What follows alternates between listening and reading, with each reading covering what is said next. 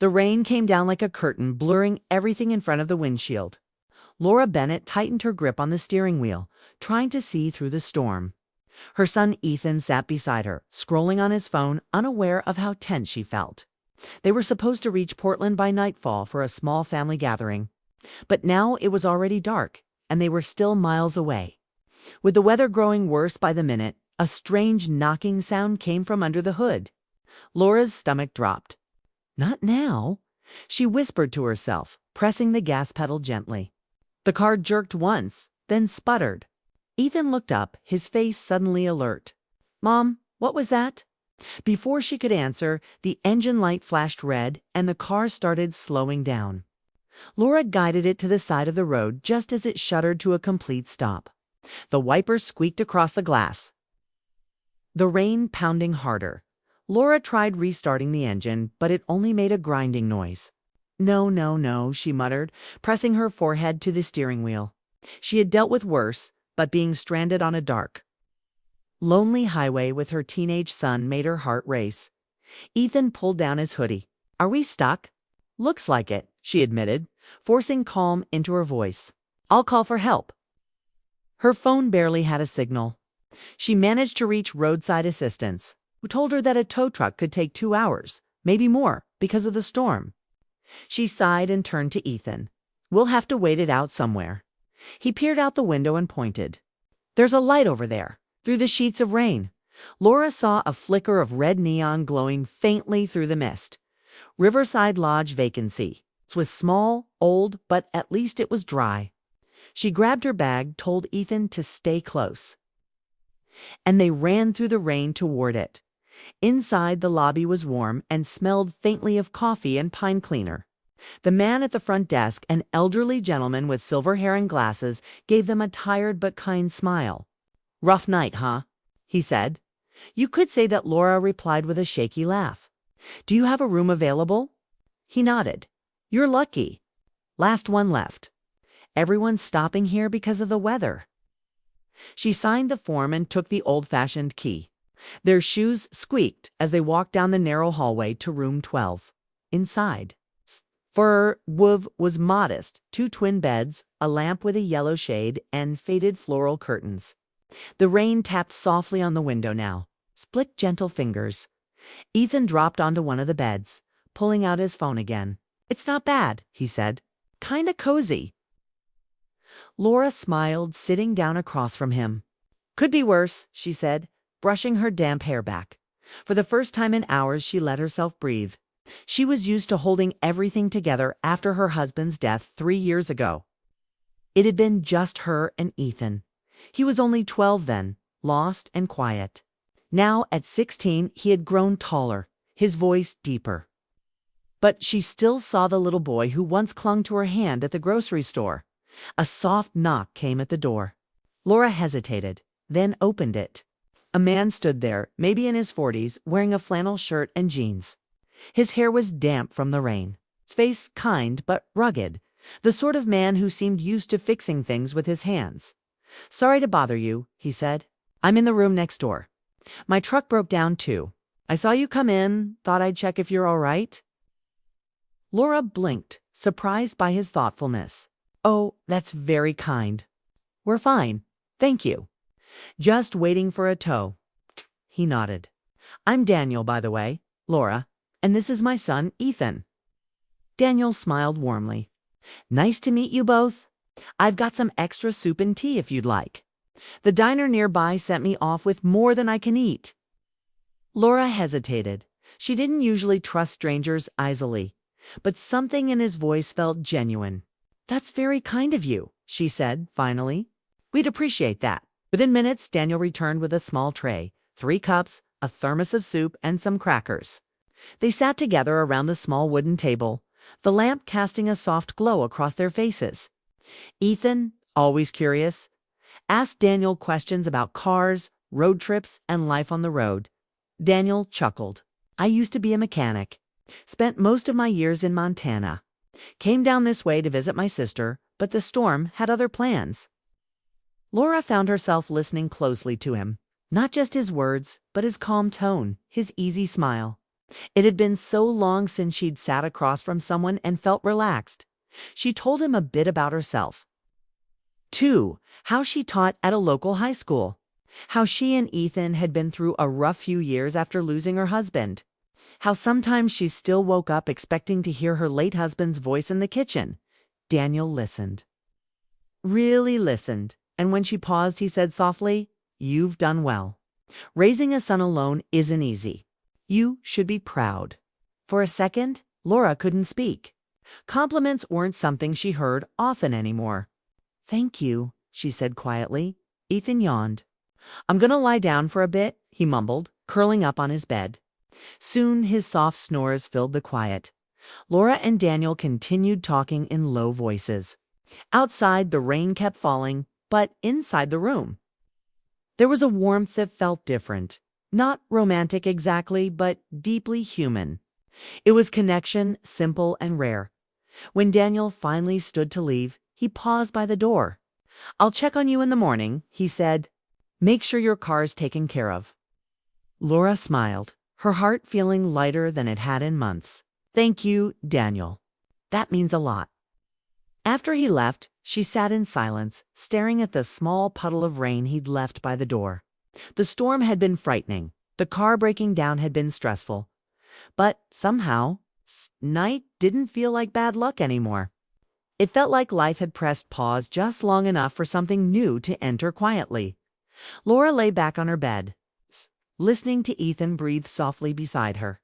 The sound was peaceful.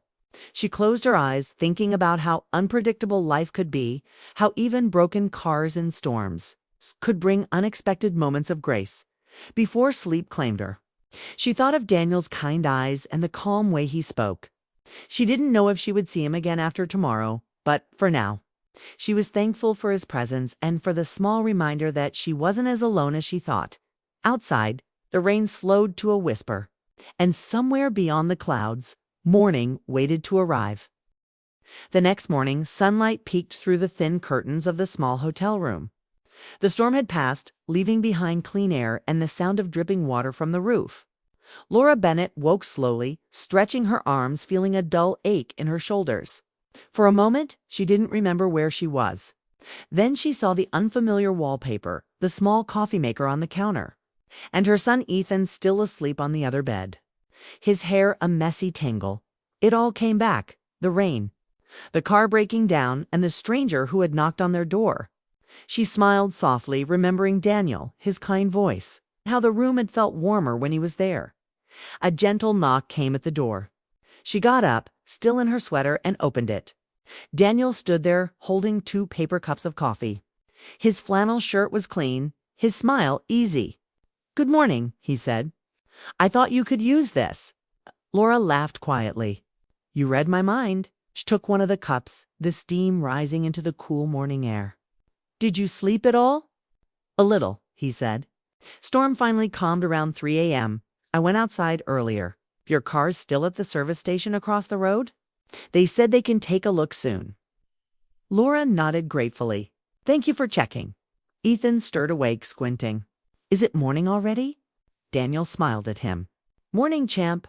You hungry?" I grabbed some muffins from the front desk. Soon the 3 of them sat together, eating quietly, the sun spilling through the window. The world outside looked washed clean, the grass glistening, the sky pale blue. For the first time in days, Laura felt at peace after breakfast. Daniel offered to drive them to the nearby repair shop in his truck once it was pulled from the mud. The hotel manager helped tow it out, and within an hour, Daniel's pickup rumbled in front of the lodge. "Hop in," he said with a grin. Laura hesitated for only a second before she and Ethan climbed inside. The truck smelled faintly of pine and leather, and the radio played soft country music. As they drove down the quiet road, Ethan leaned forward, curious. "Did you really fix cars before?" Daniel chuckled. "For 20 years. Started when I was about your age, actually." "That's cool," Ethan said. "Mom says our car's cursed." Laura rolled her eyes, laughing. "It's not cursed, it's just old."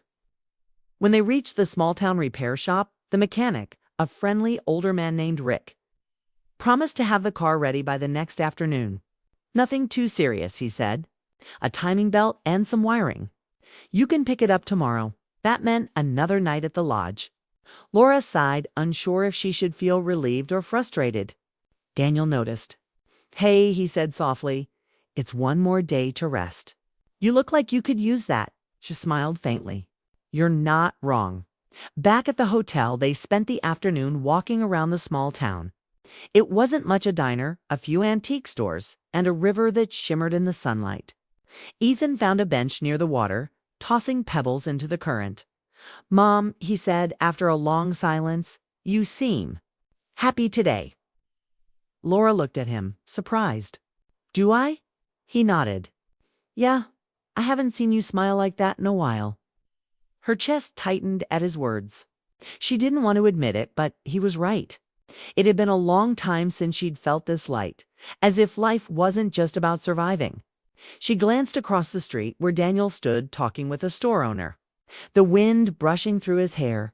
When Daniel rejoined them, he offered to show them a nearby lookout point he'd discovered earlier. It's not far, maybe a 10-minute drive. You can see the whole valley from up there. Ethan immediately agreed, so they piled back into the truck. The road wound uphill, lined with pine trees and patches of golden grass. When they reached the top, the view took Laura's breath away. The river below looked like a silver ribbon twisting through the forest. The mountains in the distance glowing under the sun.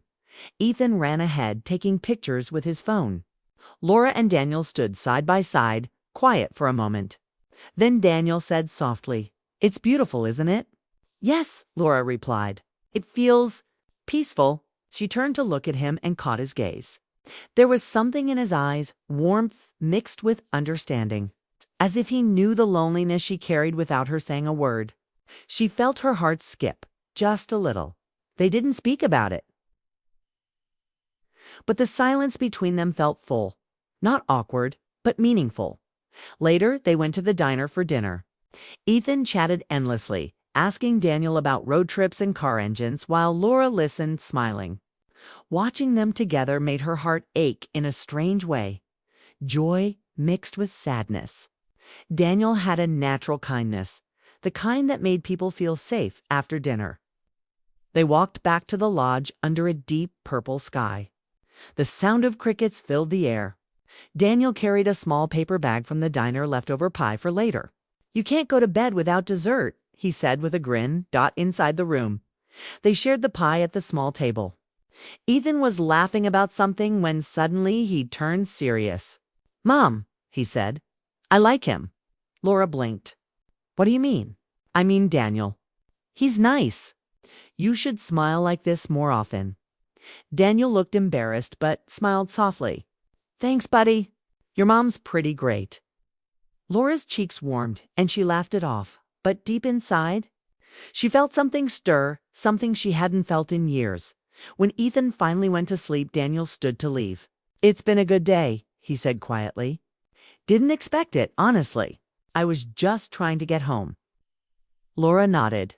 "Me neither. But thank you for helping us." "You don't have to thank me," he said. "Sometimes people just end up where they're supposed to be." As he turned to go, she stopped him. "Daniel?" He looked back. "Will you join us for breakfast tomorrow? Before we leave?" He smiled gently. "I'd like that." After he left, Laura sat by the window, the cool night air drifting in. The stars were faint but visible, scattered across the sky. She thought about how unpredictable life could be, how a broken car and a storm could lead to meeting someone who felt like a reminder that the world still held kindness. She didn't know what tomorrow would bring, but for the first time in a long while, she wasn't afraid of what came next. She looked over at Ethan, sleeping peacefully, and whispered, "Maybe good things really do happen when you least expect them." Sighed. The wind carried the soft scent of rain and pine, and somewhere nearby, Daniel's truck engine hummed as he returned to his room. Tomorrow would come soon enough, but tonight Laura felt content, her heart lighter than it had been in years.